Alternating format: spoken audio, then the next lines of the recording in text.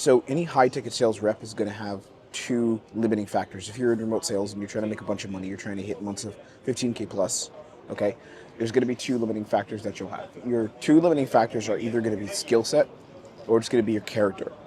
One of those two every single time. Most sales reps that I've seen, skill set first. We're not going to focus on skill set today. But for most sales reps, it's skill set. There's a lot of sales reps I know who have good character. They're hard workers. They're great dudes, great guys and gals. And I talk to them. I train them myself. And the problem is that there's a skill set limitation. The progression of getting good in remote sales, and getting good means where you can produce at a point where you're making 15K plus per month, close percentage, 35% plus, right? The way that's going to happen is through skill set first, but then also at the same time through character development. Those two things go hand in hand, and I'll break down character development in this video and how sales literally is self-development. And I'm going to give you guys an example of how when I hadn't worked on the self-development aspect of sales, how I actually failed and could not make money. So I want you to understand that skill set is one half, and that's the half that I normally prioritize. That's the half I normally talk about, right? But skill set is half of the game. The other half of the game is character. Sales, especially high-ticket sales, closing on Zoom, you have a conversation with someone for 45 minutes, and you try to take their money. That's what remote sales is. That's high-ticket sales. Sales oftentimes is about who you become, okay? And I want you to understand this. A lot of sales reps don't get this. Some of them do, but a lot of them don't until they're in the game and they see it and they get smacked upside the face and they can't perform. Sales really is about who you become. So I remember when I got on my second offer, and I wasn't good at the time when I got on my second offer. I had just come off an offer that was absolutely atrocious. It was essentially one step away from being a scam, and I couldn't perform. I didn't know how to close well on that first offer. The second one, I didn't perform well when I first got on it. I mean, I was okay. I had gotten better, but I wasn't nearly the sales rep, the sales pro that I am now, or even the sales rep, the level of skill set as I train my clients. So what happened was, I remember I talked to this guy. I was closing on a dating offer, and he was this kind of, you'd call him a sophisticated buyer. He was a partner in a law firm. Dude was in his late 50s.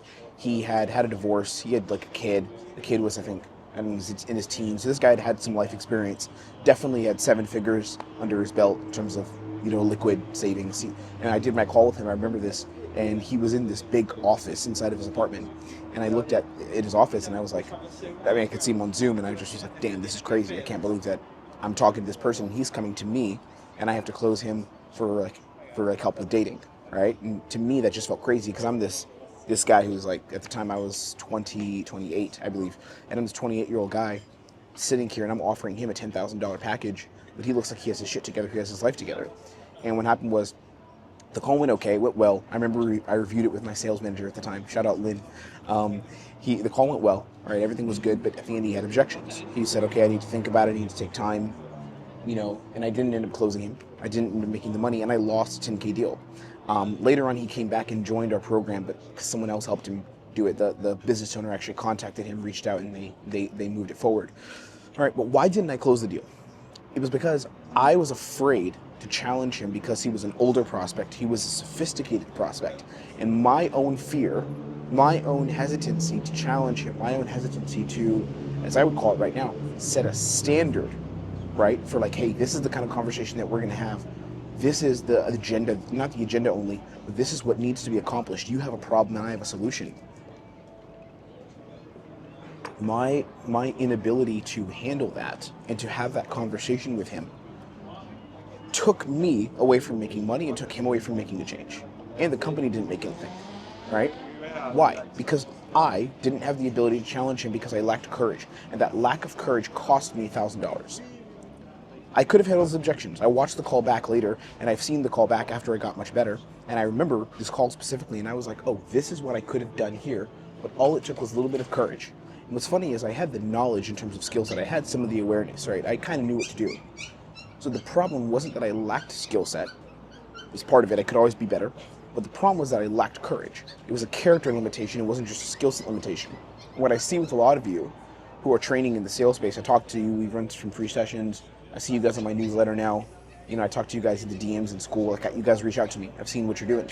And some of you even come and joined our protocols training program. And I see your stuff.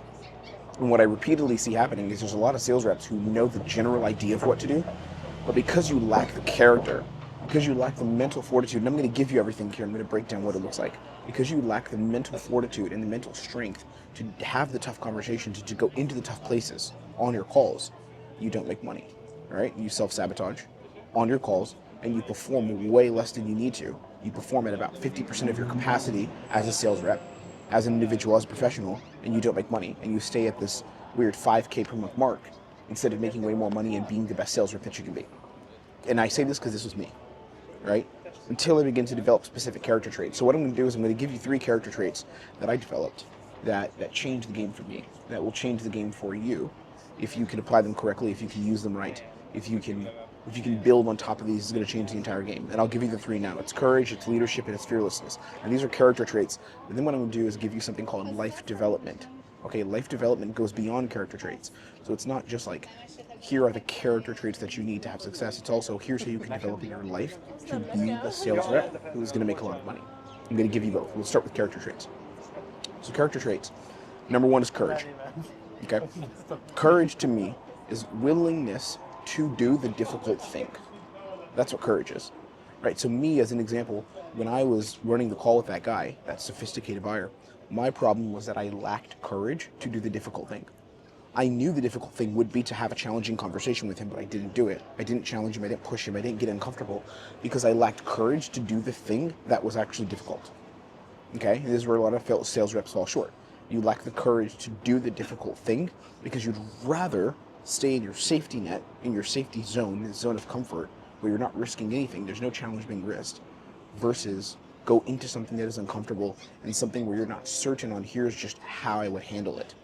All right, you're not certain, so you go away from the doing that you know you need to do, and you stick with your own bubble, your own safe space, so you don't go into the discomfort of what might happen if you fail.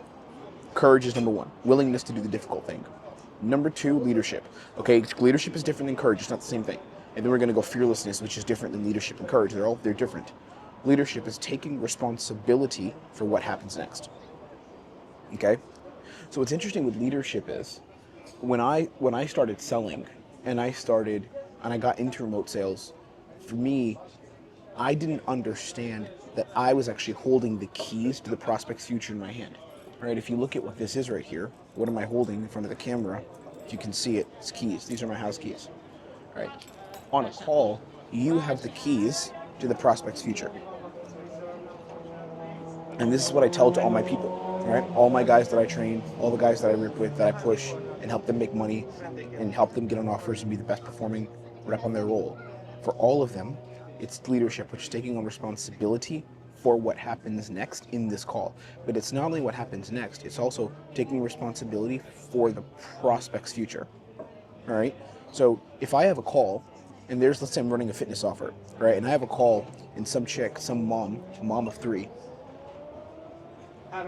who's overwhelmed and she's busy, and she's always wanted to lose weight so she can live her best life and she can feel good in her body, she can feel confident, she can feel like the woman she wants to be, all right? If I run a fitness offer and I'm selling that, and on a call, I don't do what's needed to handle her objections and her fear and her limiting beliefs and get her over the line, if I don't do that, what I'm doing is actively, I'm avoiding responsibility for the prospect's future. I'm avoiding responsibility for her future. What I'm saying is your future isn't important enough to me to actually handle your objections and help you make a decision that's going to help you have a better life in the future and have more freedom. That's what I'm doing. That is what you are doing by definition. Right? If you're not handling objections, if you're not having tough conversations, you're saying that the prospect's future is not important enough for you to go into an uncomfortable conversation.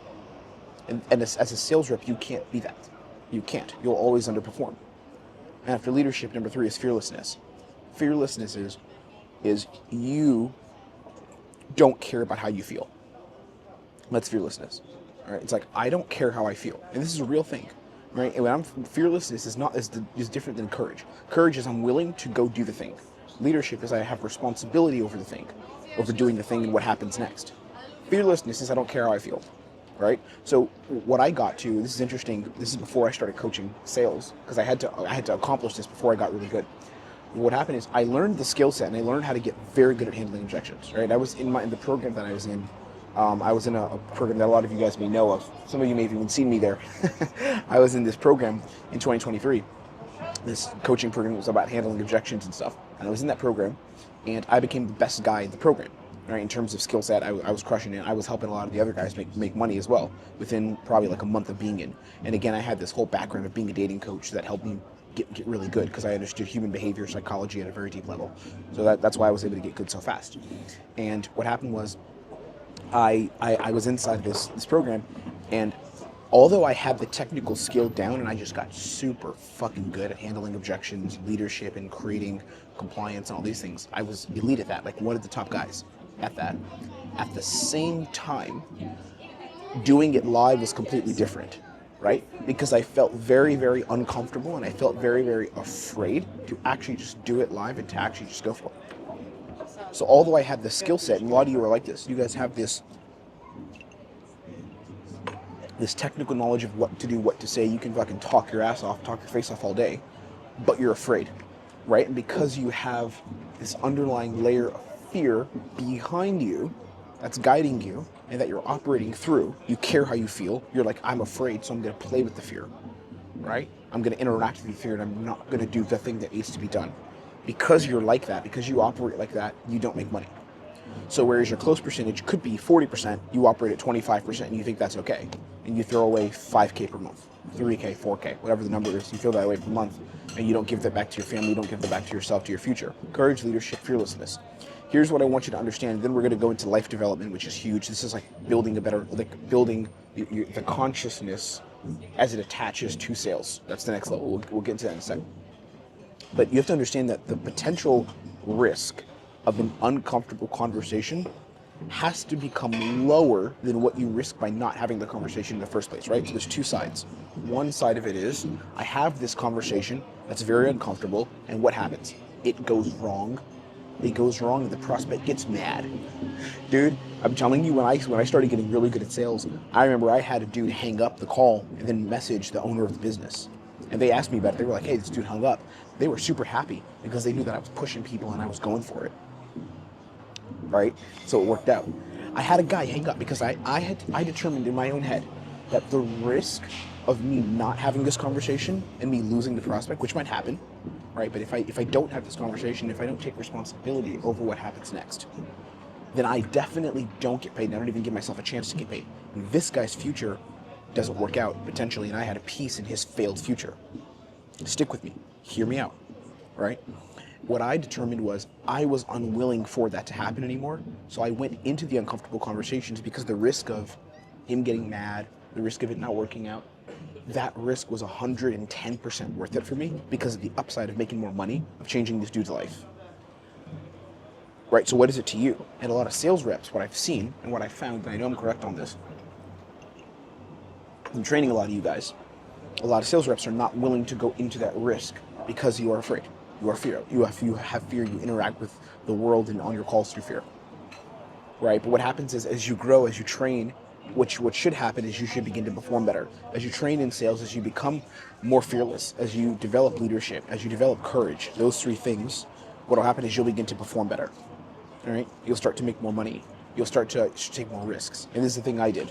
I just had to determine in my head that this is what I will do.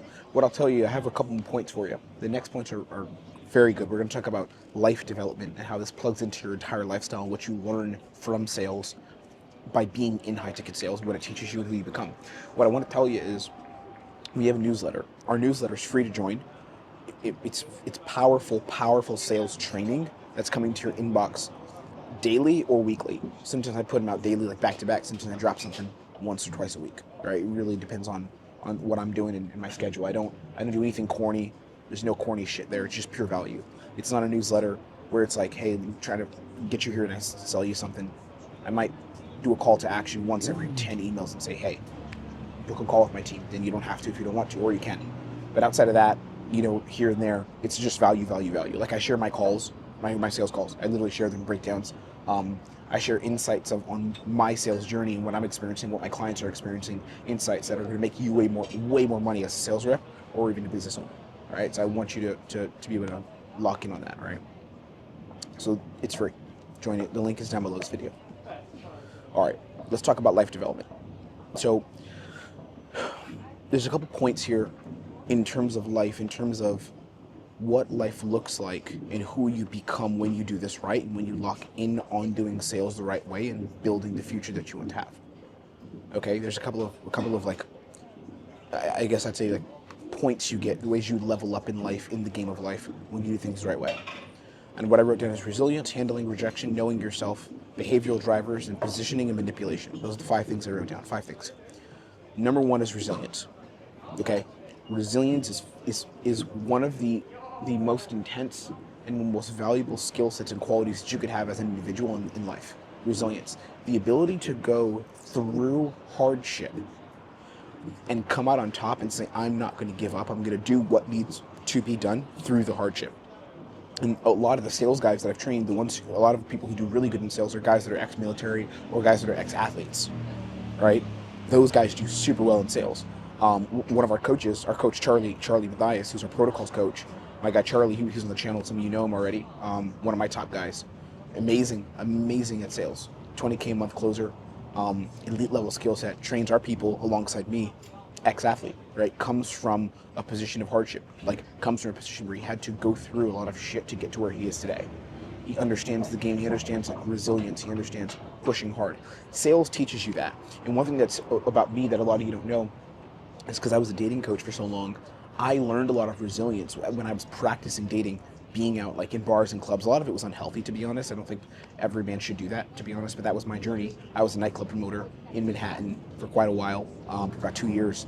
And during that time, I was out in clubs 4 or 5 days a week, communicating with women, just getting rejected constantly. And then I started training other guys how to build their confidence. And I was running these live coaching programs where I would take guys out to social environments like bars, clubs, even sometimes on the street during the day. Like I'm actually at the Four Seasons here in Budapest, so like a strip like this, where there's like attractive women walking around, and we would go and approach girls, get numbers, schedule dates, things like that.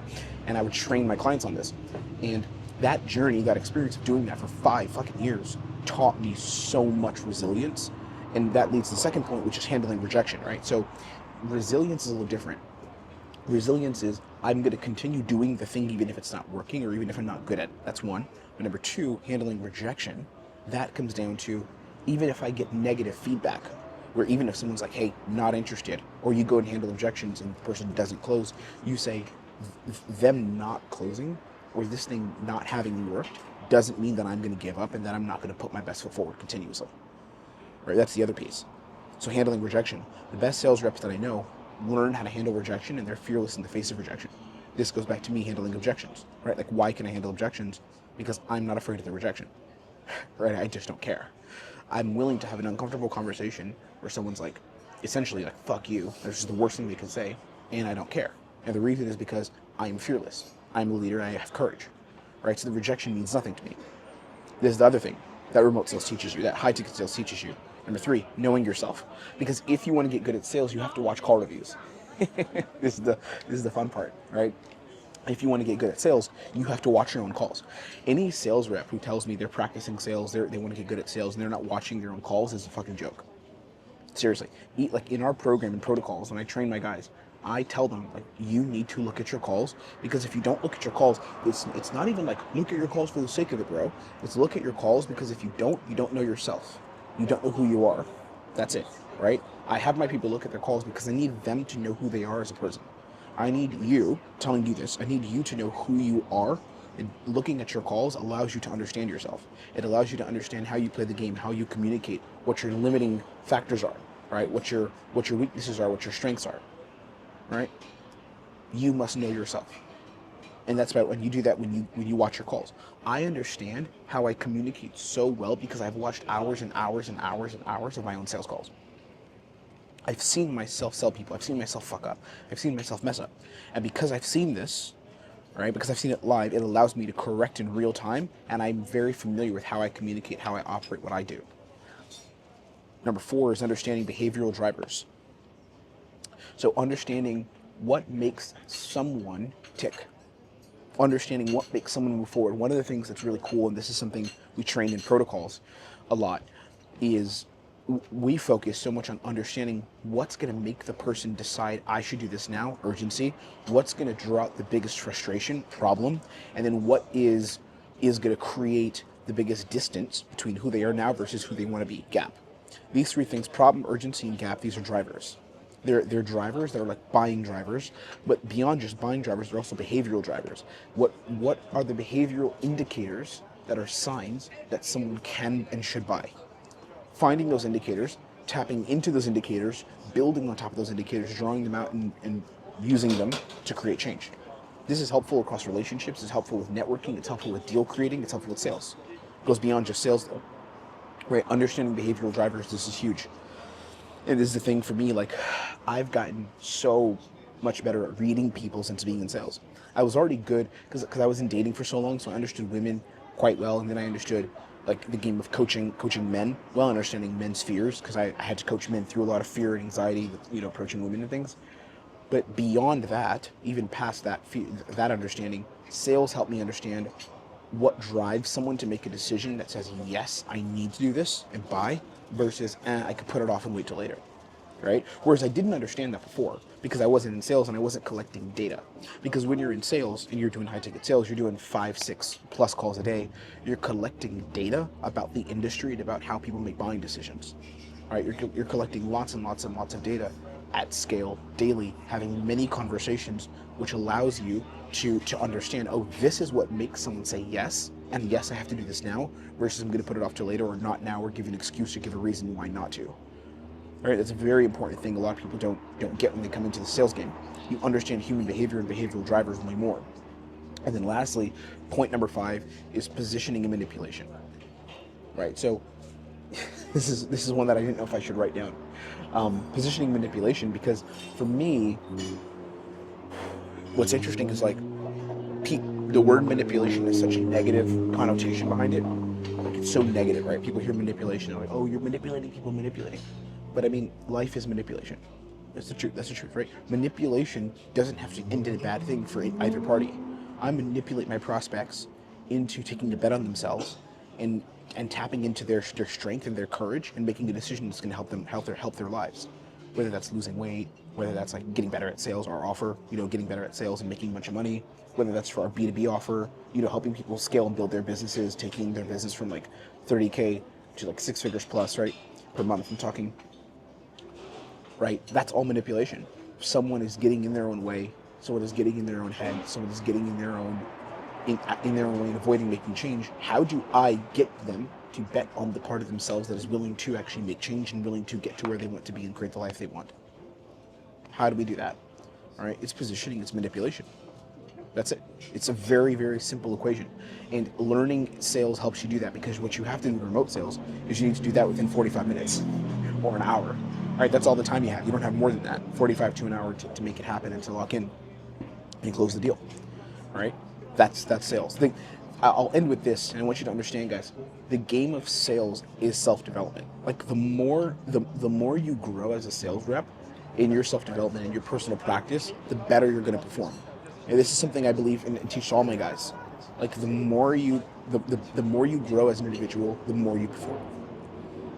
Understand that. And if you're serious about growing, if you're serious about making money, if you're serious about getting to that, like the next level and changing the whole game for yourself when it comes to sales, when it comes to how you close deals, join the newsletter. The link is down below to join.